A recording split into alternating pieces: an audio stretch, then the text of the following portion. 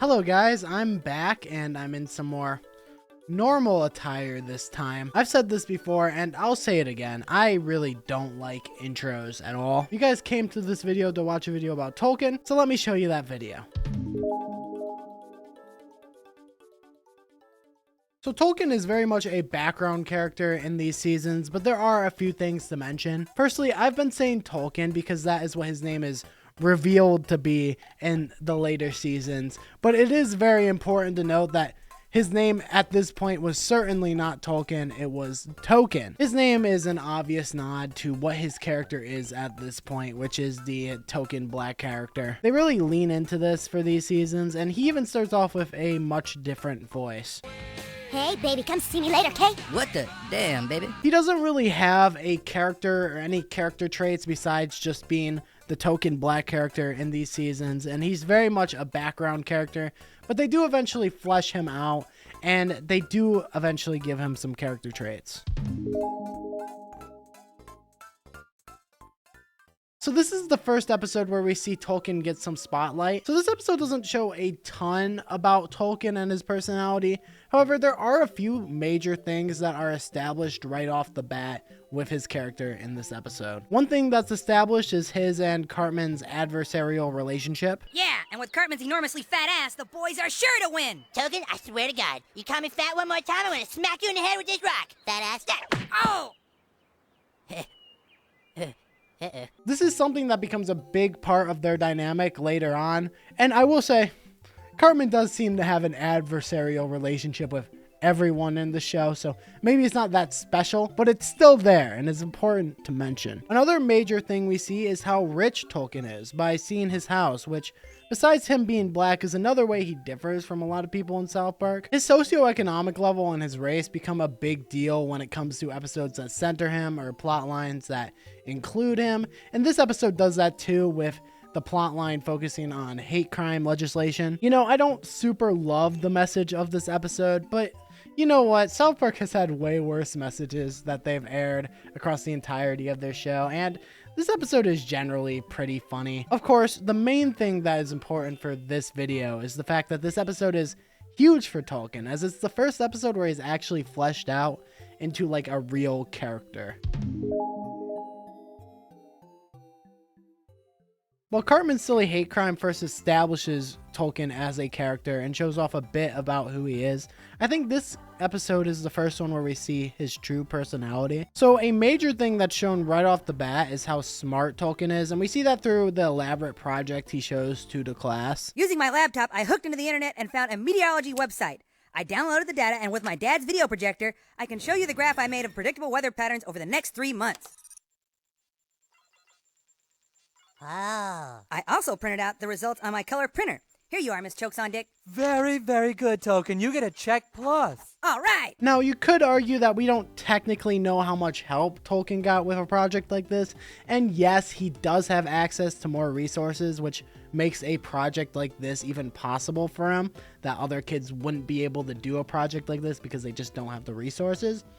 I think that it's pretty clear that Tolkien understands what he's talking about when he is presenting the project, and he has an idea, he has a good clue, a good grasp of the subject matter. A big struggle in this episode is one of fitting in, as we see Tolkien being rich creates this level of separation from him and the rest of South Park, which creates a pretty comical role reversal on the whole bullying the poor kid for having cheap stuff, and instead you bully the rich kid for having expensive stuff. Let's just see where Token's clothes come from, shall we? Ooh, Armani Exchange. Armani Exchange? All the rest of us have to buy our clothes at J-Mart. Have you ever even been inside a J-Mart, Token? This episode also shows that while Tolkien is smart, he's still pretty out of touch, at least early on, and that goes for his parents as well. The only reason Token was able to do all that is because his family is rich. My family isn't rich. Oh, come on, Token. Your new house is 4 times the size of anyone else's in town. And who else gets crab cakes and lobster tail in their lunchboxes? Hey, look, these pants are only $5 a piece. They must really suck. What do you think? What brand are they? It doesn't matter, Mom. They're poor people pants. This shows that even though he's socialized with people who are from lower classes, he still doesn't really truly understand what it means to be a person from a lower class, and neither do his parents. He eventually feels alienated by his lower income compadres, and he looks to the ultra wealthy for companionship. Ultimately, this ends up with him not fitting in with the ultra wealthy kids either, and this leads to a bit of a conundrum. Because he's socialized in a working class to middle class town, he doesn't really have the same values as his wealthy counterparts. However, because he's rich and wealthy, he can't really relate to the day-to-day struggles that his classmates and their families go through. So it's kind of a catch-22. He goes to hang out with lions for a bit, feeling alienated from everyone, before he realizes, hey, I actually kind of like my classmates, and even though I don't necessarily fully relate to them and their experience, I still want to hang out with them because I like them, rather than, you know, the pretentious rich kids, which he really does not like at all. This episode shows Tolkien's desire to fit in, and while yes, he is very different from his classmates in many regards, he still is able to put those things aside to create genuine friendships with people he likes. There are two roles I want to talk about in the season that are both small, but I did research on them, so I might as well throw them in this video. So in Professor Chaos, we see Tolkien compete to be the fourth friend in the boys' friend group. He doesn't do much, but he does win the talent show. Oh, I know.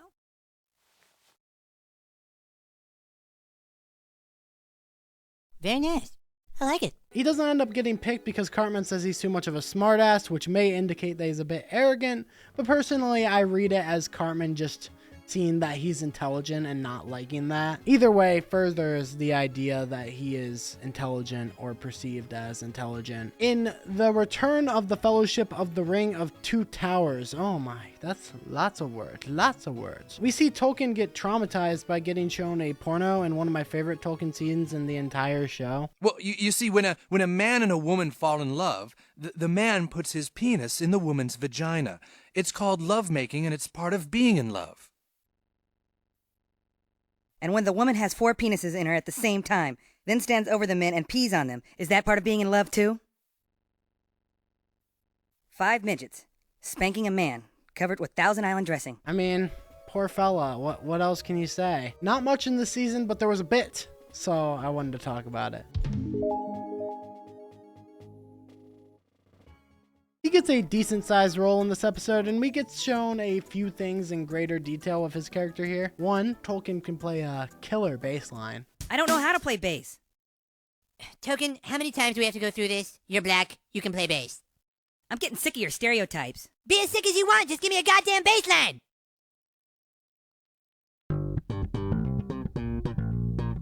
God damn it. Two, and more importantly, is that this expands on the whole little rivalry between Cartman and Tolkien, which has been present since the first major episode, including Tolkien's character, but we see Tolkien get the upper hand on Cartman this time. Tolkien tends to beef with Cartman, and like I said, it's not exclusive to Tolkien. I mean, a lot of people beef with Cartman. He's a very fightable person. But this beef is certainly worth mentioning because so many plot lines involving Tolkien also revolve his beef with Cartman, and you know, it's an important part of his character.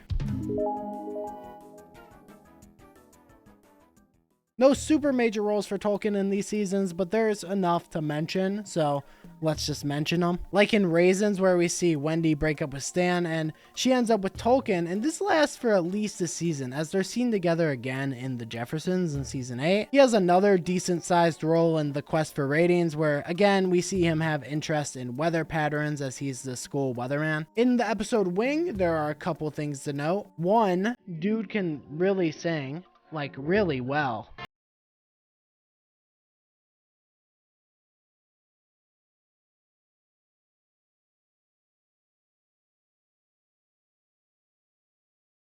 He jumps from the boys' talent agency when he gets a better offer from a different agency. Yeah, I just wanted to do a quick little lightning round on these seasons because, yeah, not a ton to mention, but I might as well mention it. You know, I looked at the episodes, so might as well talk about his role in them.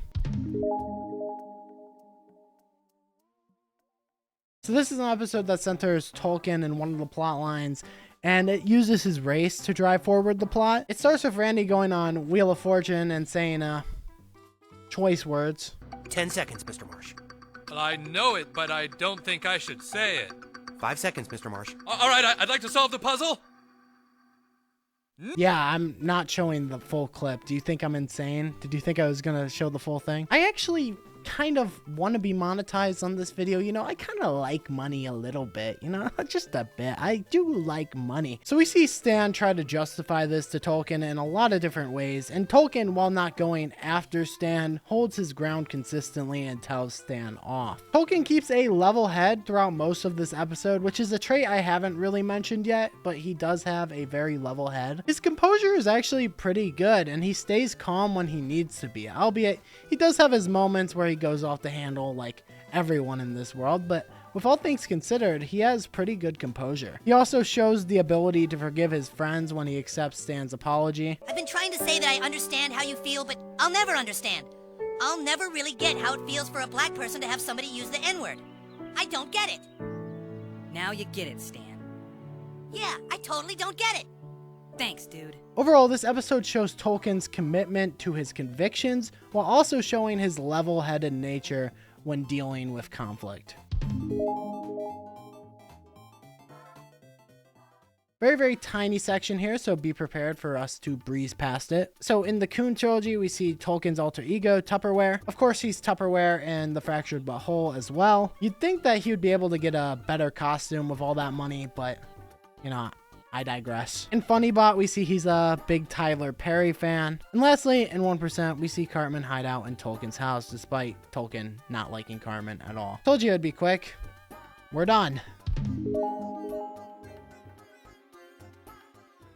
So this episode definitely develops Tolkien in an interesting way. This episode introduces a new character to the show, that character being Nicole. Now, Nicole, like Tolkien, is another African American, and Cartman, upon seeing her, instantly wants to set her up with Tolkien because he's racist. The only problem is that she actually likes Kyle, so Cartman comes up with a plan. Oh, man, this is hard. The thing is, me and Kyle are kind of, you know, together. Oh. Yeah, he's my man. I'm more out than Kyle is, but it sucks because he acts like we're not a couple at school because he's embarrassed, but we get home and he's the best boyfriend I've ever had. Wow, I'm sorry. I totally respect that. Hey, thanks a lot for telling me. Cool. Just, you know, don't touch me because I'm not into girls, so it kind of grosses me out. So Cartman does a few things to set them up together, and then they get together, but eventually they do break up as soon as they realize what Cartman was up to. But at the end, you know, they end up getting back together again when Cartman shows out his own heroics to make sure it happens. This is a message for all of you out there who have just ended a relationship. Sometimes love is hard, but you can't just run away from it. When you start to have something special, you have to work at it. Even though it might seem like the world is against you, you still have to hold on with both hands. Don't let society dictate who you can and can't be with. Kyle, I love you, man. You can run all you want. Try to pretend you like girls, but damn it, when we kiss, there's magic. So Tolkien and Nicole become a thing in this episode, and obviously a new relationship is a big deal for his character. Overall, this episode is pretty amazing, and it's nice to see Tolkien and Nicole happy in the end of this one. This episode shows a bit more of a nefarious side to Tolkien. So in this episode, we see Tolkien con Kyle into making a documentary about Cartman, which ends up just exploiting his weight for money on a TV show. We see his level-headed nature mixed with some mad genius vibes in this scene where Kyle talks to him at his desk. What have you done? I've helped you make a documentary, Kyle. When we said documentary, I thought we meant 60 minutes, not Honey Boo Boo. Kyle, I'm trying to make compelling television. You got Randy Newman to do the theme song. You're not trying that hard. Tolkien, you're a good kid. How can you sit there and collect money on a show that's about a fat child killing himself? Where's your sense of shame?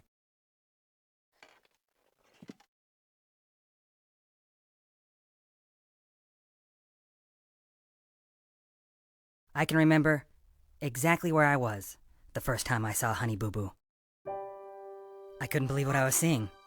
A shameful, fat family eating white trash food to their deaths. And then I saw what network it was on. The Learning Channel. If they can feel okay about that, why can't I? It also shows that Tolkien has a good amount of business acumen, because the fact that he was able to sell a show to a network, I mean, it's not necessarily easy. Shows he's a pretty intelligent boy. Overall, Tolkien is rational, intelligent, and a bit morally questionable in this episode. But you know what? I think it works, and I really like it. So this is another episode that focuses on Cartman and Tolkien's beef, and this is one where you just kind of have to feel really bad for Tolkien. We start off by seeing Tolkien brush off Cartman, who's clearly trying to act chummy with him because he's afraid due to the recent ruling on the Zimmerman case. Tolkien just wants to be left alone at the end of the day, but with Cartman involved, that's just not gonna happen, is it? Tolkien is very stoic, and he just wants to get back to business. He doesn't even know about the Zimmerman case, but Cartman just will not let that happen. He's not going to let it go, and he's not going to let Tolkien actually just live his life. Eventually, Tolkien can't keep ignoring it, and he gets fed up. It takes a really long time for him to get upset with Cartman, which shows how patient he is, which is another positive virtue he possesses. In the end, we see Tolkien and Cartman make up. Kinda. Fist bump? Come on, dude. Fist bump. Bump that shit, bro. Be the bigger person.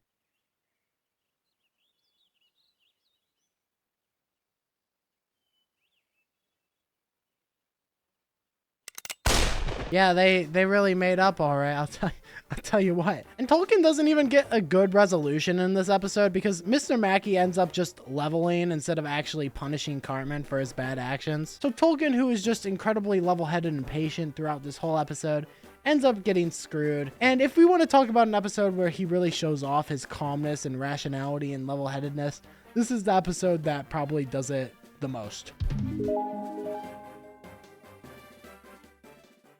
Not a ton happens with Tolkien, but let's do another quick lightning round here. Tolkien gets broken up with along with all the other boys in Skank Hunt. In Doubling Down, we see Cartman force his way back into Tolkien's house, much to his unliking. Dead Kids has a decent amount with Tolkien as it focuses on his and Cartman's beef once again. Cartman believes that Tolkien won't let him cheat off his test because Cartman didn't like Black Panther, and instead of course, the fact that Tolkien maybe just doesn't like Cartman, but maybe that's insane to think. This also reestablishes the whole intelligence angle of Tolkien's character as Cartman is cheating off him, probably because he's smart. Tolkien ends up just letting Cartman cheat off his test, which shows that in the end, Tolkien really just doesn't want the drama, and he'll often capitulate where he stands just so he doesn't have to deal with it. With Cartman, there's really no other way to do it because Cartman's gonna get his way no matter what, and it doesn't matter how small of a thing it is, he will get his way. At this point, we see the whole Cartman versus Tolkien thing really expanded. We see that angle really driven in, and I think that is a pretty prominent rivalry. Even in terms of Cartman's rivalries, I think is a pretty decent sized one. Honestly, there's not a ton to say about this special, even though Tolkien has a pretty prominent role in it. In the future, we see he's a police officer, and we also see him put on the moves.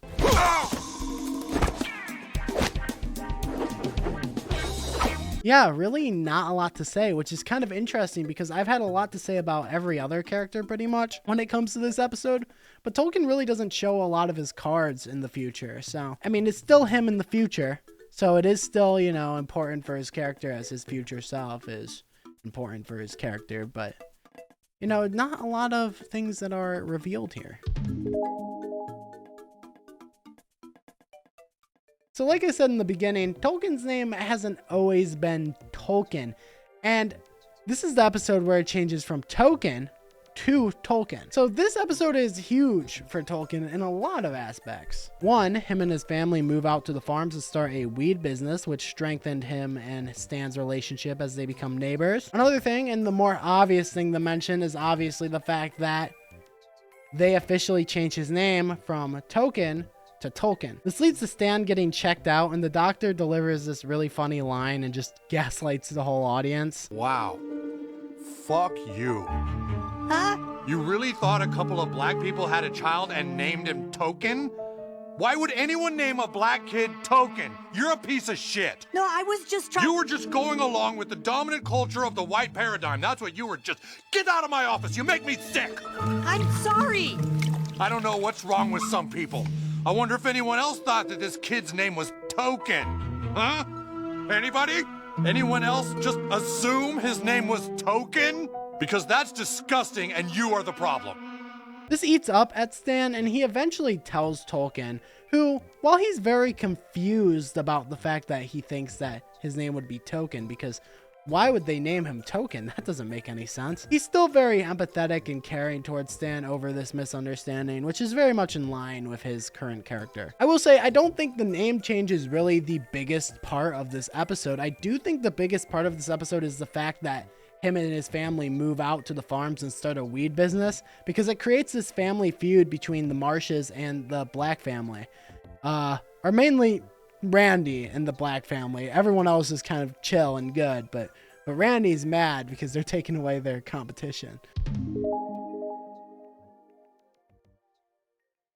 So the Streaming Wars is a special I really haven't focused on at all in any of the analyses, so this is going to be a bit different, huh? So once again, this special focuses on the farm and Randy versus the Black family, as Randy keeps harassing Tolkien and not letting him hang out with Stan. We see his opportunistic nature strike again as he and Stan agree to make boats for both Randy and Steve. We see Tolkien's dad go missing in this special, and Tolkien goes through a whole lot to make sure that he can get his dad and find him, which is pretty sweet. In the end, we see him and his dad reunite, and it's very nice. Another thing to mention is that this is the end of the short yet tense feud between Randy and Tolkien's family. Overall, this isn't like my favorite special in the world. I thought it was kind of interesting, but you know, it's not as good as the other specials. But I will say it's definitely important for Tolkien's character, so I gotta mention it, right? This is the last episode worth mentioning when it comes to Tolkien's character, with this episode just coming out last season. So in this episode, we see Kyle and Tolkien's relationship expanded as they make really great TikToks together.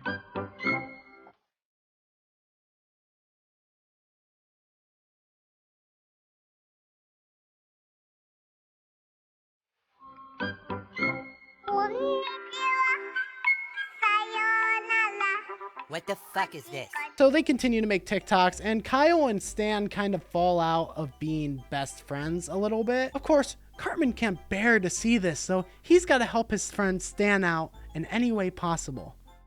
And that way being by making Tolkien and the whole school racist against Jews and Kyle, which is, you know, of course. This will eventually lead to a bit of tension between Kyle and Tolkien, and they get in a big scuffle. In the end, though, Stan tells Tolkien about Cartman's racist propaganda, and Tolkien ends up with Kyle on his side. This shows that Tolkien is in no way immune to suggestion, no way immune to propaganda, even though he's generally a pretty smart cookie. Tolkien is a calm, rational, level-headed rich kid, and with the cast of characters in the show of South Park, I personally find him to be very, very relatable, more than a lot of people in the show. To be honest, Tolkien is just kind of normal, and he doesn't really have many blemishes on his character that make him inherently unlikable. I think he's often a voice of reason, and while yeah, he definitely does have his moments, he's one of the most rational, logical people on the show. Thank you guys for watching this video. I really appreciate it. I don't really have much to say in the outro of this video. I appreciate you guys being here. Make sure to like this video and make sure to subscribe if you want to see more of my videos. It really means a lot to me. And yeah, I guess I'll see you guys later. Peace out. Thanks for being here. Bye-bye. Rats, we are the rats, celebrating yet another birthday bash. Michael, it's your birthday today. Cake and ice cream is on the way.